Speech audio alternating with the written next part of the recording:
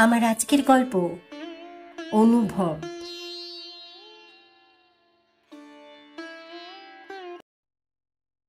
ছেলে নিয়ে মারাত্মক ঝামেলায় পড়েছি। 12-এ উঠার পর যেন হনু হয়ে গেছে, কারো কথাই শুনতে চাইছে না। স্কুল থেকে রিপোর্ট পাচ্ছি, এমনকি ওর স্কুল বন্ধু বান্ধবীরাও নেতিবাচক কথা বলছে। এক কথায় ভালো করে বললে বিভু বিগড়ে গেছে, ওর বাবার মতে উচ্ছন্নে গেছে। মাধ্যমিকের আগে বিপুর জন্য জান প্রাণ দিয়ে লড়েছি। যত টিউশনি চেয়েছে দিয়েছি, যখন যে বই চেয়েছে 2 ঘন্টার মধ্যে জোগাড় করে দিয়েছি। ছেলের সঙ্গে সঙ্গে আমরাও রাত জেগেছি। লাস্ট 2 বছর কোথাও বেড়াতে যাইনি, বাপের বাড়ি যাইনি, শ্বশুর বাড়ি যাইনি। ওর বাবার সমস্ত কাজ ফোনে সেরেছে, নিজের মাকে পর্যন্ত দেখতে যেতে দিইনি। ছেলের যেন ক্ষতি না হয় সর্বদা সজাগ দৃষ্টি রেখেছি, কিন্তু শেষ পর্যন্ত কাজের কাজ কিছু হলো না। ছেলে ঠিক বিগড়েই গেল, অত্যন্ত বাজে রেজাল্ট করলো, আর এখন কারো কথাই শোনে না। বাধ্য হয়ে 2-3 জায়গায় কাউন্সিলিং করালাম, স্কুল টিচারদের কাছে ধরে নিয়ে গিয়ে দল বেঁধে বোঝালাম, বন্ধুরা বোঝালো, আমি কান্নাকাটি করলাম, ওর বাবা ধমকালো, কিন্তু কিছুই হলো না। বিভু শোধরালো না। এখন কিছুদিন যাবৎ দেখছি আমাদের অপমান পর্যন্ত করে ফেলছে।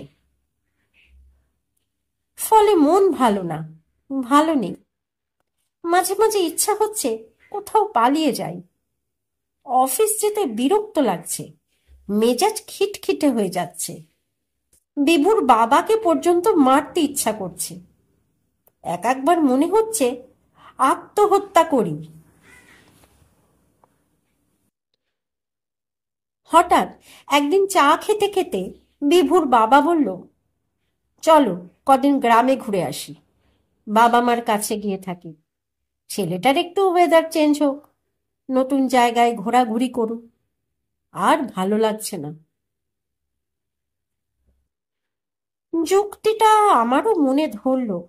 সত্যি অনেকদিন শ্বশুর শাশুড়িকে দেখি না, দেবর ভাসুরকে দেখি না। ও বাড়ির কথা প্রায় ভুলেই গেছিলাম।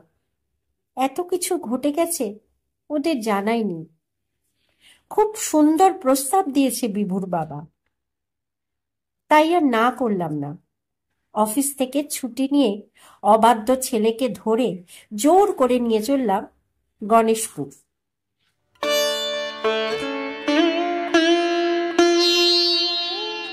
রানাঘাট রেল ব্রিজের কাছে এসে আটকে গেলাম। ভয়ঙ্কর জ্যাম লেগেছে এখানে। নিত্যদিন নাকি এমনই থাকে বলছিল বাসের অন্যান্য যাত্রীরা। বাস থেকে যখন নামছি তখন রাত 10টা।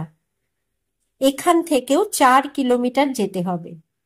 জ্যাম বড্ড দেরি করিয়ে দিল। চারিদিক অন্ধকার, একটাও দোকান খোলা নেই। শীতের সময় বলে লেপের লোভে সবাই পালিয়েছে। 2-1টি জোনাকির উড়ন্ত আলো ছাড়া কিছুই চোখে পড়ছে না। নিজের হাত নিজেই দেখতে পাচ্ছি না। অন্ধকার যেন গাছপালা, ঘর বাড়ি, রাস্তাঘাট গিলে ফেলেছে। হঠাৎ বিভুর বাবা বলল, তোমরা একটু ওয়েট করো, শঙ্করকে ডেকে আনি। বলেই অন্ধকারে মুহূর্তে মিলিয়ে গেল। কোন দিকে গেল ঠিক বোঝা গেল না।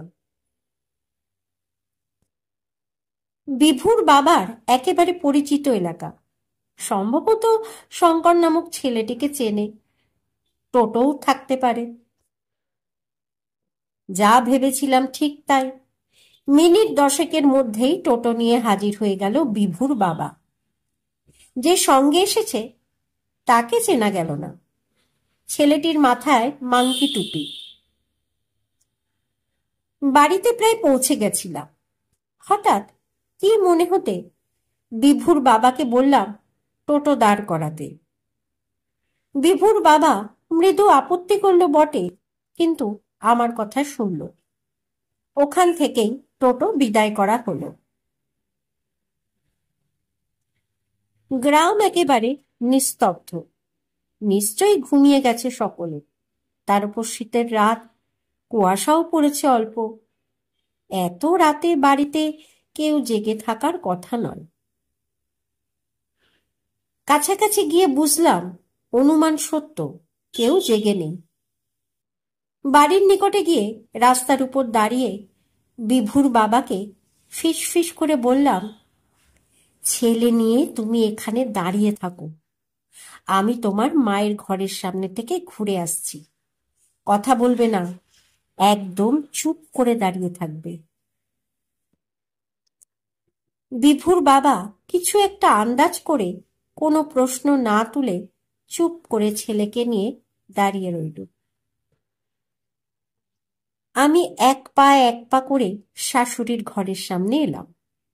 তারপর চুপটি করে মিনিট খানেক দাঁড়িয়ে থেকে ফিরে এলাম বিভুর কাছে। অন্ধকারে কাউকে ঠিক চিনতে পারছি না। আন্দাজে বিভুকে বললাম, বিভু, এবার তুই যা, পা টিপে টিপে যাবি, ঠাকুমার ঘরের সামনে গিয়ে মিনিট খানিক দাঁড়াবি, কোনো কথা না বলে ফিরে আসবি, মনে থাকে যেন। বিভু সম্ভবত কোনো রহস্যের গন্ধ পেয়েছে। একেবারে অক্ষরে অক্ষরে পালন করলো আমার আদেশ।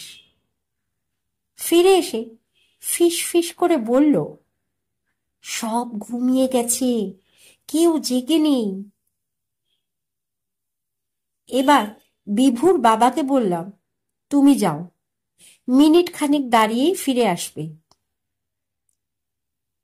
বিভুর বাবা কথা না বাড়িয়ে অন্ধকারে চলে গেল। আমরাও এলাম পিছু পিছু।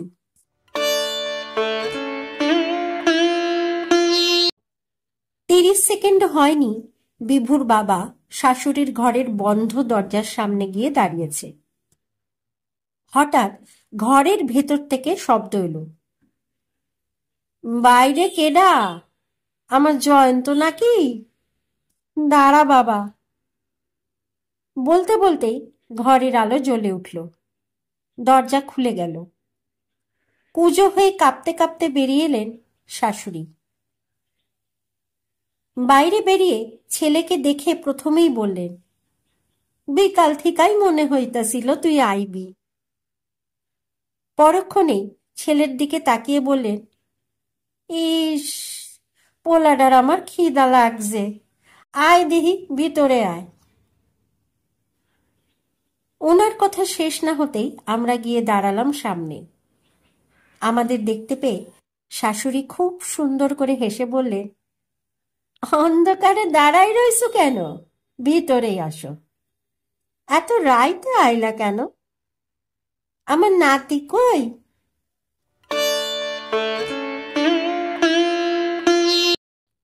সকাল 8টা। বিভু ঘুম থেকে ওঠেনি। ডাকতে গিয়ে দেখি চোখ মেলে চুপ করে শুয়ে আছে, কি যেন ভাবছে।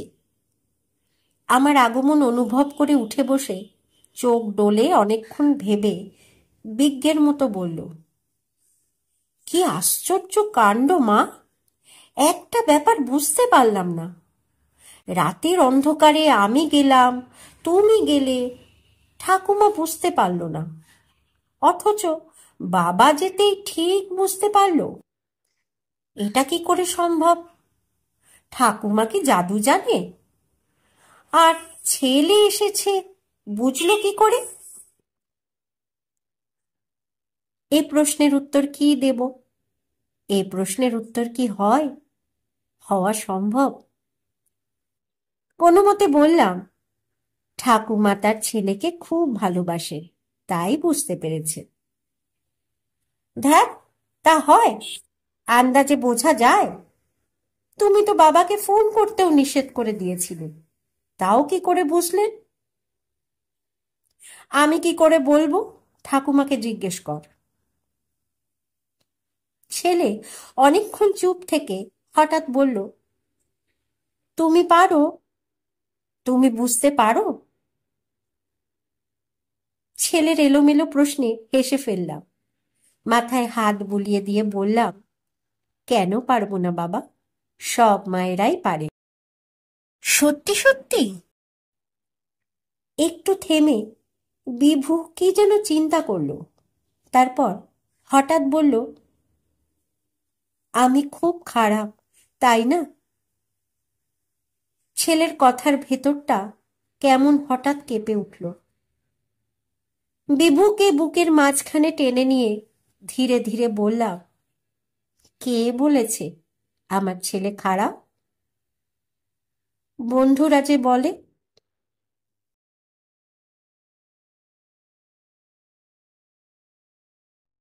তুমি কখনো খারাপ নও, আমার ছেলে খুব ভালো। তোমার বন্ধুদের আমি বকে দেব। না মা, কিছু বলো না, দেখো আমি ভালো হয়ে যাব। বাবা কেমন ঠাকুমার সব কথা শোনে। কাল রাতে কেমন বাধ্য ছেলের মতো ঠাকুমার পাশে বসে সব কথা শুনল। ঠাকুমা কত বকলো, বাবা কিছু বলল না। আমিও তোমার কথা শুনবো। ছেলের কথা শুনতে শুনতে কখন যেন চোখের কোণটা একা একাই ভিজে এসেছিল নীরবে। কোলের মধ্যে ছেলেটাকে মনে হচ্ছিল আমার সেই ছোট্ট সোনামণি, যাকে প্রথম দেখে হৃদয়টা ভরে উঠেছিল সুখে, এক অনাবিল আনন্দে।